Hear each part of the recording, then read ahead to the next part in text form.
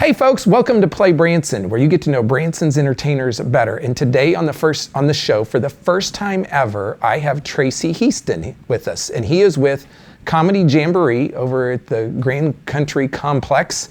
And so he is an incredible piano player, and we're very excited to have him on the show. And so if you think about the piano, somebody had to invent it, right? So the person that invented the piano, and I'm probably going to butcher this name, but it was Bartolomeo Cristofori, and he was from Italy, and he lived 1655 to 1731, and he was unsatisfied by the lack of control that musicians had over the volume level of the harpsichord, and so he is credited for switching out the plucking mechanism with a hammer to create the modern piano in around the year 1700. So there's a little bit of trivia there about pianos that you probably didn't know and maybe didn't care about. Anyway, Tracy's an incredible piano player. We look forward to talking to him. Now, I give you tips every so often, and if you are a local, and I know some locals watch this show besides the tourists, if you are a local, you need to get the dining passport. And it is on sale at thediningpassport.com. And here's the deal. You can get lots of restaurants here where it's buy one, get one free, up to $15 off in a lot of cases. There's a lot of date night opportunities here. And when I mean if you want to go to a show or attraction, it's a lot of buy one, get one frees. And so this is geared to locals. It's designed to help local charities. So be sure to go to thediningpassport.com. And in this day and age of inflation, here is a great way to save a lot of money. So that's my dining tip for the day, and we'll be back in just a minute with Tracy. Clear. Yep. In 5, 4, 3, 2. Hey folks, welcome back to the show. And today, for the first time ever, we have Tracy Heaston on the show. And Tracy, it's good to have you. Thank you. Appreciate it, Chris. So you've been in Branson for a long time entertaining. But what we always like to do on the show is like give us the history of how you got into this business and where'd your career path go. And okay, well, I'm from Long Beach, California, and my dad was a musician, and he was actually a tuba player, but he was also in the repair business. So he could play everything. After he fixed a horn, he'd need to pick it up and make sure it was playable. But he was in the original Disneyland band in 1955. He's actually the last remaining member of that band. He's going to be 98 years old here in December. That's where I think my musical background comes from is him. And I was a percussionist at first. I started drums at the age of 5 and took formal training, and then moved on to mallets, which would include timpani, vibraphone, xylophone. And then when I was about 9 or 10 years old, I took piano for about a year and kind of decided I liked the piano better. And so I kind of put all my focus on that, even though I made my living. I was in California for about 30 years, and all I ever did was play. And I remember having to join the Hollywood Musicians Union when I was about probably 11 years old to do a commercial. Wow. Do a TV commercial. So I've done a few spots and movies out there, and quite a few commercials out there before I came out here. So you started really in this business at a very young age. Yes. And so what did that look like after 11? Like what happened? Like were you doing, like when did you start doing, I guess, what I call gigs or whatever? I probably right when I was old enough on that piano and I could learn enough tunes. We had an instrument called a calliope. Circus people pronounce it calliope, and they will correct you if you call it a calliope. And are you familiar with that instrument? It's got the brass whistles on it. It's the boop, boop, boop, doo, doo, doo, doo, doo. Usually leads the circus parade. So my brother used to play that, and he's 11 years older than I. And when he went to Vietnam, then that's when I took the piano lessons and had enough songs to do the calliope. And actually did the Ringling Brothers, what they call the elephant walk. When Ringling Brothers pulls into a city, they have to walk all the animals and everything down to the arena from the train yard. And so they always make a parade of that. So I did that for like 18 years. Wow. So did you travel all over when they... No, I mostly stayed in Southern California, but there was Ringling would do 4 cities there in the Southern California area. And those and circuses and some of the commercials and grand openings, I mean, we never even advertised that Calliope. It was by word of mouth, because we actually had the only one. Disneyland had one that I had played, but they got theirs from us. And so the Calliope kept me quite busy, and then the drums kept me busy with some of the casual things like weddings and things like that. I didn't really get into the piano heavily probably until I learned to love Southern gospel music. And some of the best piano players in the world have played with people like the Stamps Quartet and the Blackwood Brothers and people like that. So that's kind of when I got into the piano heavy.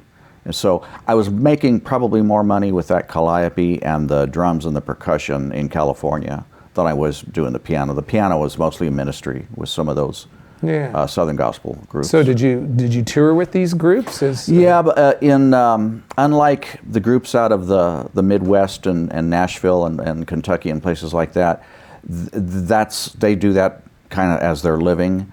In California, everybody else had other jobs, so we would maybe get up to Northern California or over to Arizona on a weekend, and then everybody would get back and go up and do their regular jobs, you know.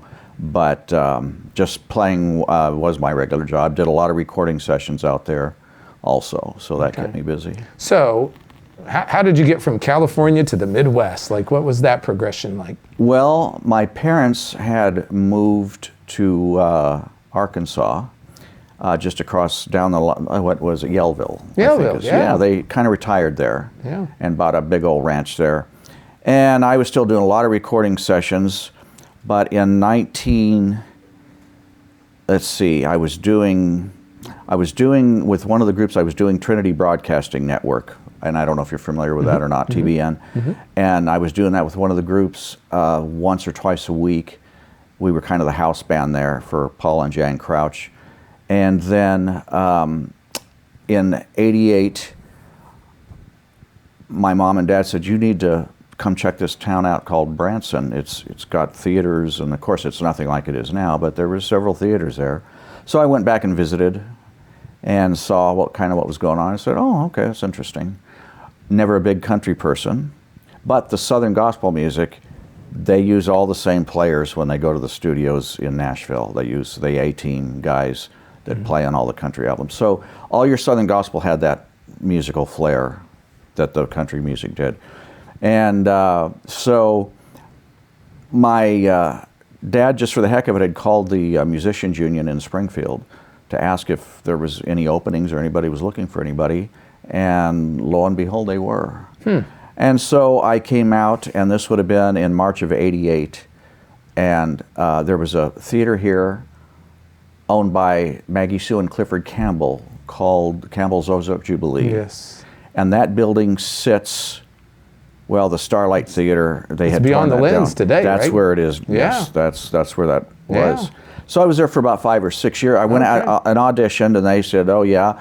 I remember I had a little bit of a beard and a little bit of long hair, and then you had to that off. All right, that wasn't a big deal. They let me keep this, and I've had this since junior high. So, so anyway, I ended up working with them for 6 years, and that was quite fun. And then what happened after that? A couple other shows came along, Jennifer in the Morning. Jennifer in the Morning, yes. Yeah, and so I did that for 4 or 5 years. And that worked out well with the night shows there at Campbell's, so I was able to do both. And there were some other shows. I got the Campbell's to bring the Blackwoods in, and they were already in town, but they weren't at our theater. And so R.W. and Donna Blackwood had come in, and Ron Blackwood had his quartet there, so they did an afternoon show, and I worked with them for a while. And then it would have been '95, Silver Dollar City called me and asked me if I would come in and just do a Christmas thing with them. And that little Christmas gig for November, December, they needed somebody that could play piano, but also what's called kicking bass on the left hand, because we didn't have a bass player in that little band. But you can't play piano bass. You got to have somebody that knows how to do bass lines and do the keyboard at the same time. So I did that.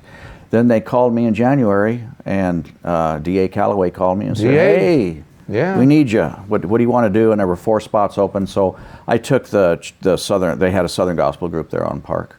So that happened in 97, 98. It turned into the Echo Hollow show, and I did that night show down there at Echo Hollow, which is about a 4,000 seat amphitheater, I believe, for 25 years. Wow. That's some great history right there. And I mean, you've had a long career in this business, and that's a great place for us to stop.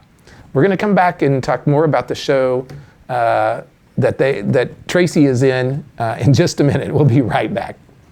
Clear. 5, 4, 3, 2. Hey, folks, welcome back to the show. We're talking with Tracy Heaston. And Tracy, you had just talked about you had been at Silver Dollar City for 25 years. So in that 25 years, like, you probably played a lot of different types of shows, because they would always change the show up. That amphitheater down there, that Echo Hollow, they always had a big cast down there. The first 5 years, it was a girls trio called Pure Heart, which had been at Silver Dollar City a long time. The gospel quartet that I had worked with down there called Chosen Few. Right. A couple of soloists, and probably about a 6-piece band. And it was more country. Jamie Hagee, that you might know as Jim Dandy, on my show that I do now, Comedy Jamboree, he was our comedian there. Yeah. And so he was down there. So that show for the first 5 years was that group of people.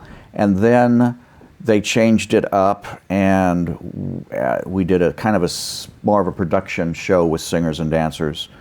And at one point, my favorite couple of years was I had a 3-piece horn section.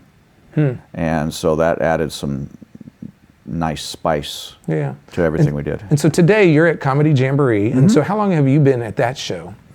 Let's see, I've been there, I think, 19 years now. 19 years. So you were doing both at Silver Dollar City and this show at the same time. Right. Mike Patrick was my boss over at Silver Dollar City, and he had come over to work with Glenn Robinson and take over the entertainment there.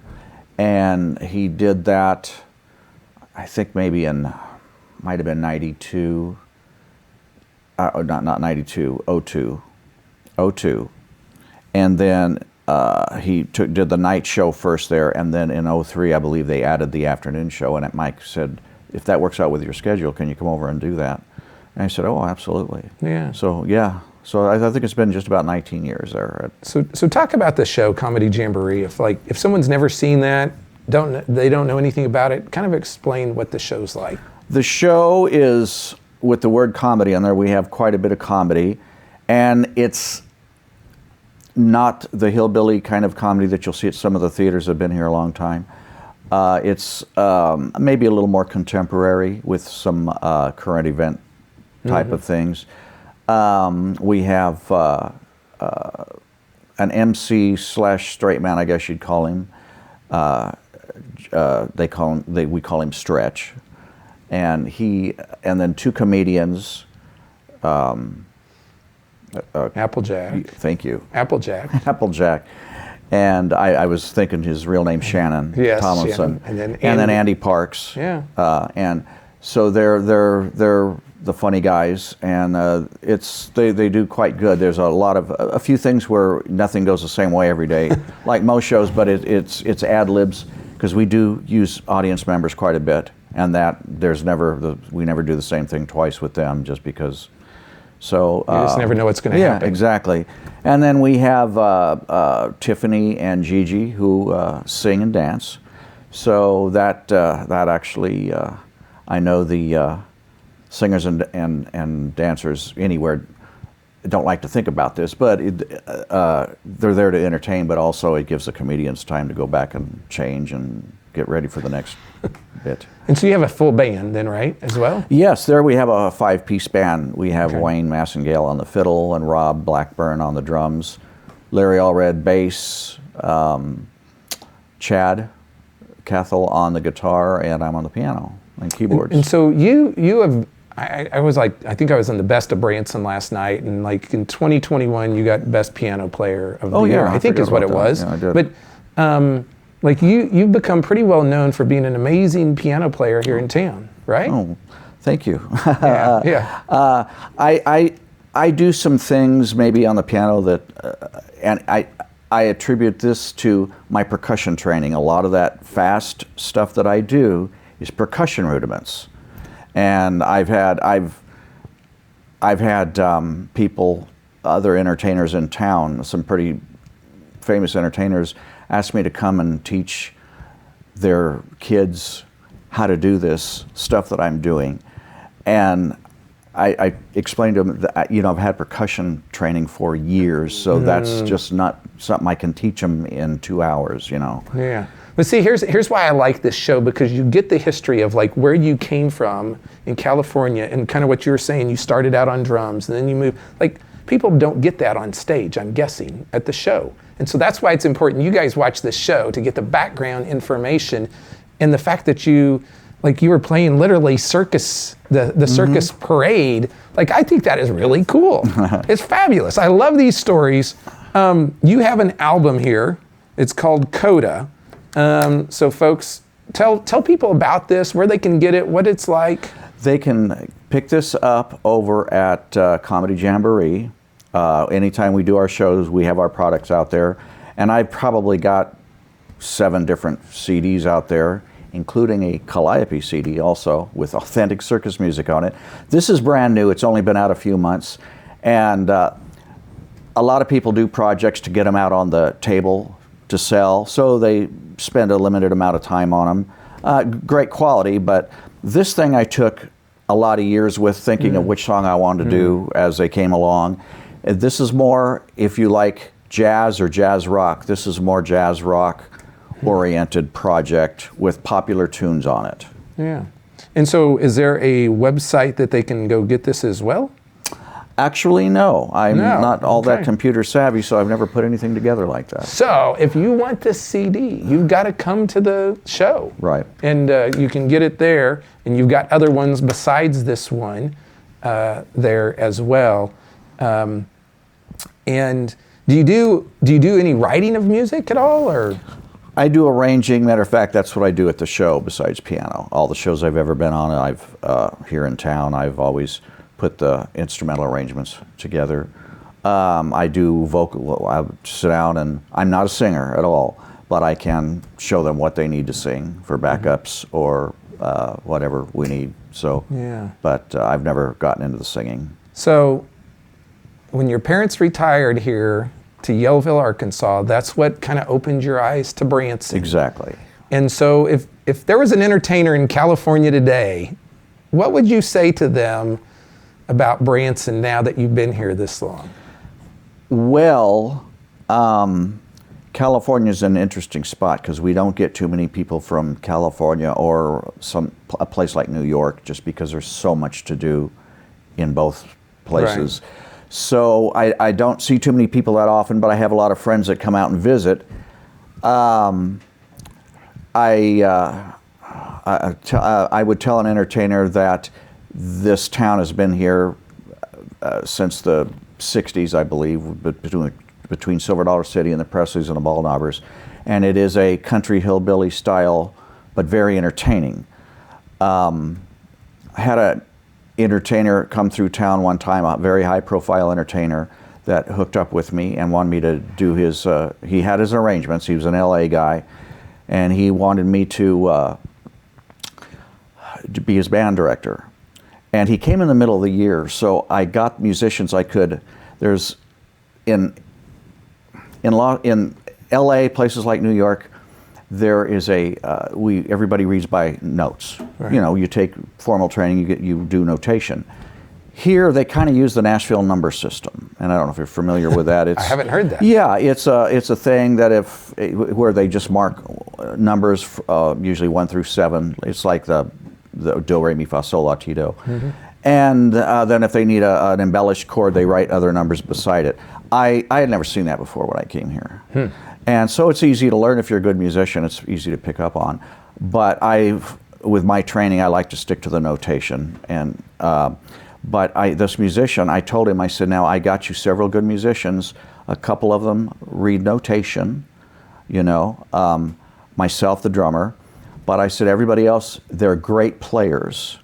And I said, just because they don't read the music, as as they say, they know this number system, and they've got a great ear. You play it for them, and they can do anything you want them to, rock and roll, country, whatever. And I said, just because they don't read the music doesn't, make them any less of a player. And he said, I disagree completely. But he was a formal training guy and a kind of he'd done Interesting. Yeah, and. So Comedy Jamboree, do you? I don't have the schedule down here, but tell people what time it is. And 3 o'clock, and we are there Monday, Tuesday, Wednesday, Friday, and Saturday. Okay. And then Thursdays there's a Southern gospel show in there, and I actually play that too. You help on the Southern Gospel show. Yes. So he's in more than one show. We just didn't say that, but it's only a 1 day a week show, right? Right. Yeah. So there you go, folks. Be sure to go see Tracy and his amazing piano ability, as well as you're going to get lots of laughs. I can guarantee you will laugh. If you don't laugh, there is something wrong with you. And he doesn't mean at the piano; he means at the comedians. Yes. There you go. We have had Andy Parks on the show and Shannon Applejack, and at one point they threw like a body in front of the camera or something. So you can go back in our archives and look at all that stuff. But Tracy, we appreciate you coming out today. Folks, stop by and see him, pick up his album. The only place you can get it is at the show or intermission or after, is that right? Absolutely. Yep, it's when they normally sell them. It's called Coda, and it's got 16 songs on here. That's a lot for a CD, so there you go. Good deal. We'll be back in just a minute to wrap the show up. Clear. In 5, 4, 3, 2. Hey folks, we're wrapping up the show today. Thanks for watching. And thank you, Tracy, for coming out and being part of the show. Be sure to go see them over at Comedy Jamboree. We have interviewed several of the entertainers from Comedy Jamboree, so be sure to go back into our archives and look at those other interviews with Applejacks, Andy Parks, Gigi, some of those folks.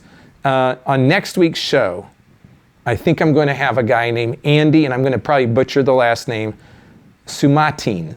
And he is with the Hamner's Unbelievable Variety Show, and he is a professional unicyclist, and he does also the big circle where he goes and does crazy stuff in the big circle. So you're going to want to hear him and talk about that. He's an expert at it, and so we're looking forward to talking to him.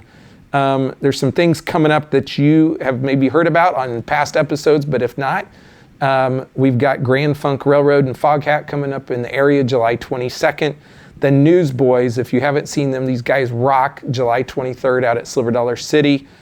Kids Rock July 23rd and 24th. The Terry Bradshaw show will be back in town July 25th and the 27th. We have Red, White, and Floyd July 31st.